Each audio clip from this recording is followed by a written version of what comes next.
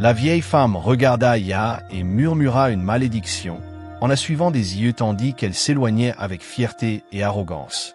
Les villageois regardaient avec incrédulité alors qu'elle giflait une vieille femme sans raison. Ya vivait avec sa mère et son père pauvre près du sanctuaire du village. Ya était si rude et arrogante. Et pas seulement arrogante, elle avait un visage qui ressemblait à celui de quelqu'un qui avait tenté une chirurgie du visage sans la terminer. Les villageois ne l'aimaient jamais à cause de son comportement. Ils disaient que les esprits l'avaient punie à cause des pleurs de ses parents. Chaque fois qu'elle traversait la place du village, les femmes disaient « Qui épousera celle-ci ?» en détournant le visage avec dégoût. Les hommes n'étaient pas plus gentils. Ils disaient « Je plains l'homme qui épousera cette chose arrogante et laide. » Certains disaient même si on la donne gratuitement avec une parcelle de terre, personne ne l'épousera. Oui, elle se comportait comme si elle était la reine du village. Elle n'était jamais affectée par ce que disaient les villageois. Elle se voyait comme la fierté du village. Même quand les jeunes filles cancanaient à son sujet, en disant « Nous épouserons toutes de bons hommes. Seuls les ivrognes et les fous demanderont ta main en mariage. » Ya répondait simplement « Le mariage n'est pas dans mon dictionnaire. À qui le mariage est-il » Elle se le disait avec confiance. Bien que les villageois murmuraient dans son dos, leur mot n'atteignait jamais le cœur de Ya. À chaque aube, elle paradait sur les chemins poussiéreux comme si le soleil se levait uniquement pour illuminer sa présence. Sa mère l'appelait, la suppliant d'adoucir son ton, de s'humilier, de changer ses manières. Mais Ya balayait l'air de la main avec dédain. Ce matin-là, après avoir giflé la vieille femme sans le moindre remords, elle releva le menton et continua à marcher. Les enfants se précipitaient hors de son chemin, s'accrochant aux vêtements de leur mère. Les marchandes du marché s'arrêtaient au milieu de leur vente, la regardant avec un mélange de peur et d'irritation. Même les chèvres arrêtaient de mâcher, comme si elles sentaient la tension qui la suivait comme une ombre. Près du chemin du sanctuaire, son père était assis en train de tailler un morceau de bois. Il leva les yeux quand Ya s'approcha, ses pas bruyants, sa fierté plus bruyante encore. « Ya, dit-il calmement, tu traverses le village aujourd'hui comme si les dieux te devaient un tribut. »« Ils me le doivent, » répondit-elle en époussetant son pagne. « Regarde-moi, je ne suis pas comme ces villageois qui ont accepté la médiocrité. » Son père soupira profondément, un soupir chargé d'épuisement et de résignation. « Un jour, Ya, le monde te montrera que la beauté du cœur pèse plus que la beauté du visage. » Elle ricana. « Père, épargne-moi ta sagesse. Si le monde ne me valorise pas, alors le monde est aveugle. » Plus tard dans la journée, les commérages devinrent plus bruyants. Au puits, les jeunes filles se rassemblaient en cercle serré, leur voix basse mais excitée. Ya s'approcha, seau à la main, sa présence coupant net leur bavardage. « Ah, vous êtes encore là à parler de moi ?» dit Ya en les fixant du regard. « Est-ce que ma vie nourrit l'une d'entre vous ?» L'une des jeunes filles, Abena, fit un pas en avant. « Nous ne disons que ce que tout le monde voit. Tu te comportes comme si tu étais au-dessus de nous toutes. »« Et je le suis, » répondit Ya sans ciller. Les jeunes filles échangèrent des regards, certaines effrayées, d'autres amusées, d'autres agacées, mais aucune n'osa parler à nouveau. Ya plongea son seau dans le puits avec des mouvements brusques et en colère, envoyant des ondulations à la surface de l'eau. En relevant le seau, elle aperçut son reflet. L'irrégularité de ses traits, la rugosité de sa peau, la netteté de sa mâchoire, tout était là. Les villageois murmuraient souvent que les dieux avaient sculpté son visage dans la colère, laissant l'œuvre inachevée. Ya refusait de voir des défauts. Au contraire, elle y voyait de l'unicité, quelque chose qui la distinguait. Quand elle rentra à la maison, sa mère épluchait du manioc. « Ya, » commença sa mère doucement. « On dit que tu as giflé la vieille maman Coco aujourd'hui. »« Et alors ?» répondit Ya. « Elle bloquait mon chemin. Elle est assez vieille pour être ta grand-mère. Alors elle devrait savoir qu'il ne faut pas se mettre en travers de mon chemin. » Sa mère lâcha le couteau, la frustration perçant enfin sa nature douce. « Pourquoi dois-tu toujours te battre contre le monde entier? Ne peux-tu pas vivre en paix avec les gens ?» Ya haussa les épaules. « Qu'ils apprennent à m'accepter. Je ne me plierai pour personne. » Le soir n'apporta aucun calme. Tandis que le village se préparait pour la nuit, les murmures continuaient à flotter dans l'air comme une fumée vagabonde.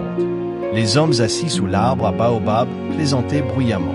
Sa bouche est plus tranchante que la lame du chasseur, rit l'un, et son cœur plus froid que les pierres de la rivière, ajouta un autre.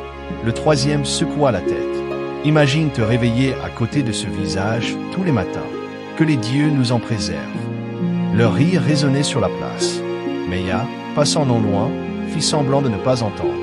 Elle marchait la tête haute, les hanches ondulantes d'une confiance qui frôlait la défi. À l'intérieur de sa poitrine, cependant, une petite oppression se forma, un sentiment qu'elle refusait de nommer. Pourtant, elle continua à marcher, la poussière s'élevant derrière elle comme une petite tempête. Les tambours du sanctuaire commencèrent à battre au loin tandis que le crépuscule s'installait. L'odeur des herbes brûlées se mêlait à celle des feux de cuisson. Le village devint lentement plus silencieux, mais le nom de Ya flottait encore sur les langues de beaucoup. Certains parlaient avec irritation, d'autres avec peur, d'autres avec curiosité, mais tous parlaient. Et Ya, rentrant chez elle avec la dernière lumière du jour, se murmura à nouveau. « Je suis la fierté de ce village. Un jour, ils le verront. » Elle le répétait comme un chant, laissant les mots l'envelopper comme une armure tandis que les ombres s'allongeaient et que la nuit s'insinuait. Cette nuit-là, pendant que Ya dormait, la lune se cacha derrière un épais voile de nuages. Le vent murmurait à travers les arbres derrière leur petit compound, portant avec lui le faible écho des mots que la vieille femme avait prononcés après que Ya le giflait. Personne au village n'avait entendu ce qu'elle avait dit, mais les esprits, eux, l'avaient entendu. Juste avant l'aube, Ya commença à se retourner sur son natte en raffia. Sa respiration devint lourde et une chaleur étrange envahit son corps. Elle se tourna, gémit, et sentit sa peau se tendre et picoter comme si des mains invisibles la modelaient dans l'obscurité. Quand le premier coq chanta, Ya se réveilla en sursaut. Sa mère, déjà près du foyer, entendit un cri aigu et tremblant.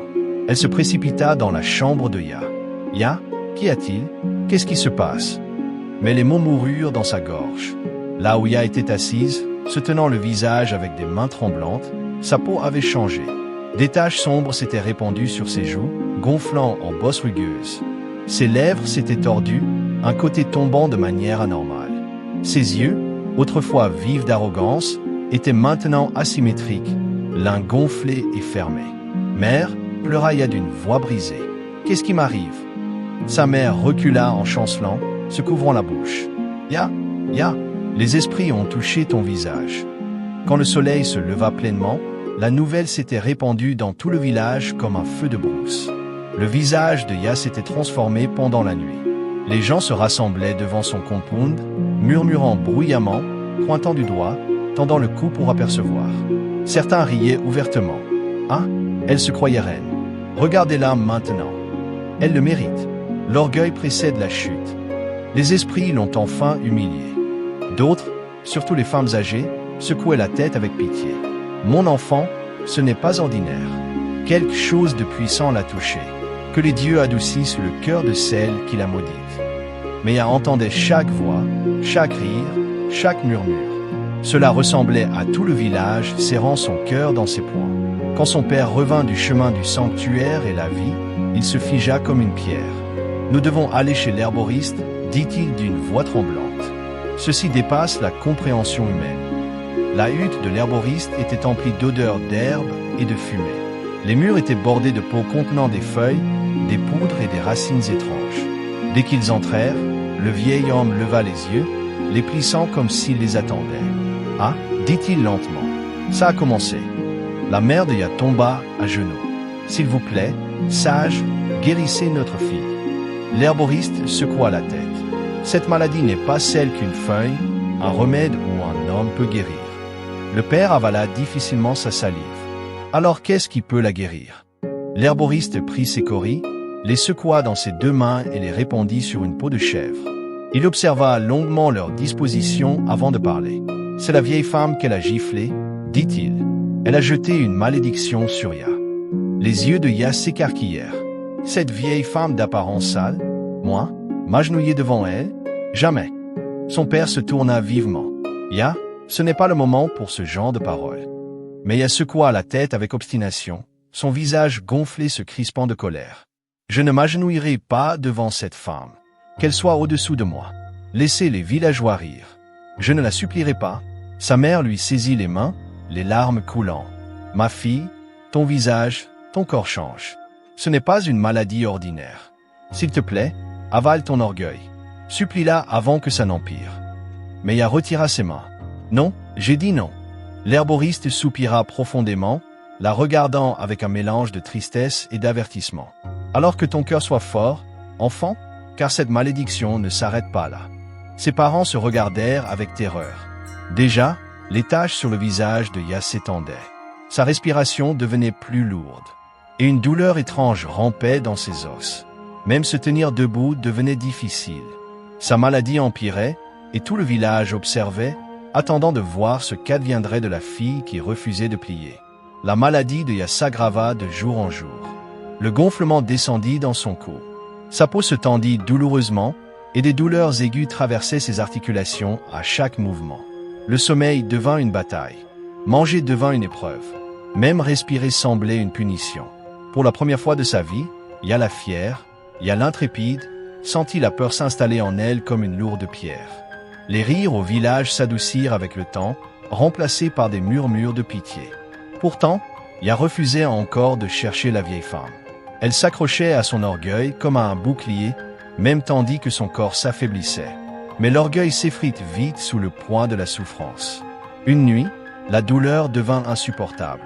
Ya était recroquevillé sur sa natte, les larmes coulant en silence tandis que sa mère essuyait son visage avec des mains tremblantes. « Ya » murmura sa mère, la voix brisée. « Tu vas mourir si tu ne t'humilies pas. » Son père était assis à côté, la tête baissée. « Ma fille, nous ne pouvons pas te perdre. S'il te plaît, supplie-la. » Même les pierres s'adoucissent quand le marteau frappe assez fort. Ya regarda leur visage fatigué, effrayé, plein d'amour, et quelque chose en elle se brisa. À l'aube, avant que le soleil ne se lève pleinement, Ya s'enveloppa la tête d'un tissu, couvrit son visage défiguré et quitta la maison. Elle n'en parla pas à ses parents. Elle n'en parla pas aux villageois. Elle marcha simplement. Elle passa devant le chemin du sanctuaire, traversa les terres agricoles, les routes poussiéreuses, et s'enfonça dans les sentiers de la forêt où l'on disait que vivait la vieille femme. Ses jambes tremblaient. Sa respiration venait en halètements douloureux, mais elle continua à marcher. 1 kilomètre, 2, puis 3. En milieu d'après-midi, elle aperçut une petite hutte faite de boue et de feuilles de palmier, de la fumée s'élevant de son toit.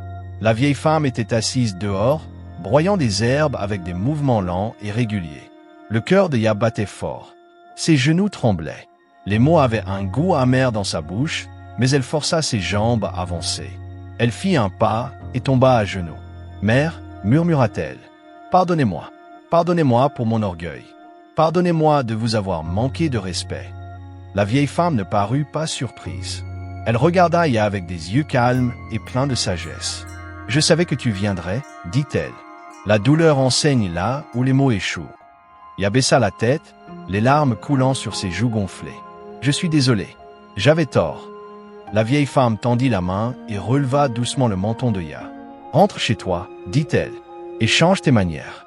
Respecte ceux qui sont plus âgés que toi. Traite les gens avec gentillesse. Laisse l'humilité habiter en toi. Quand ton cœur changera, ton corps suivra. » Elle ne lui donna pas d'herbe. Elle ne psalmodia pas d'incantation. Elle se contenta de se retourner et d'entrer dans sa hutte. Et étrangement, Ya sentit quelque chose se relâcher en elle, comme des chaînes invisibles qui tombaient. Elle rentra chez elle épuisée, mais pleine d'espoir. Ses parents se précipitèrent vers elle, la serrant dans leurs bras avec soulagement quand elle murmura « Je l'ai supplié ». À partir de ce jour, Ya commença à changer. Elle saluait les anciens avec respect. Elle aidait sa mère à puiser de l'eau. Elle s'excusait auprès de ceux qu'elle avait offensés. Elle ne marchait plus le menton levé et le cœur rempli d'arrogance. Et lentement, très lentement, le gonflement diminua. Les taches sur sa peau s'adoucirent. Sa respiration s'apaisa. Son visage retrouva sa forme. Pas parfait, mais paisible. Les villageois regardaient avec étonnement la transformation de l'ancienne Ya arrogante en une jeune femme humble et respectueuse. Petit à petit, leurs murmures passèrent du mépris à l'admiration. Même la vieille femme traversa le village un soir, et quand Ya la salua d'une profonde révérence, la femme sourit. « Tu as appris. » Et Ya sourit aussi, un sourire sincère, doux, guéri de l'intérieur. Leçon de vie, l'orgueil aveugle le cœur et invite la destruction. L'humilité, en revanche, guérit et élève.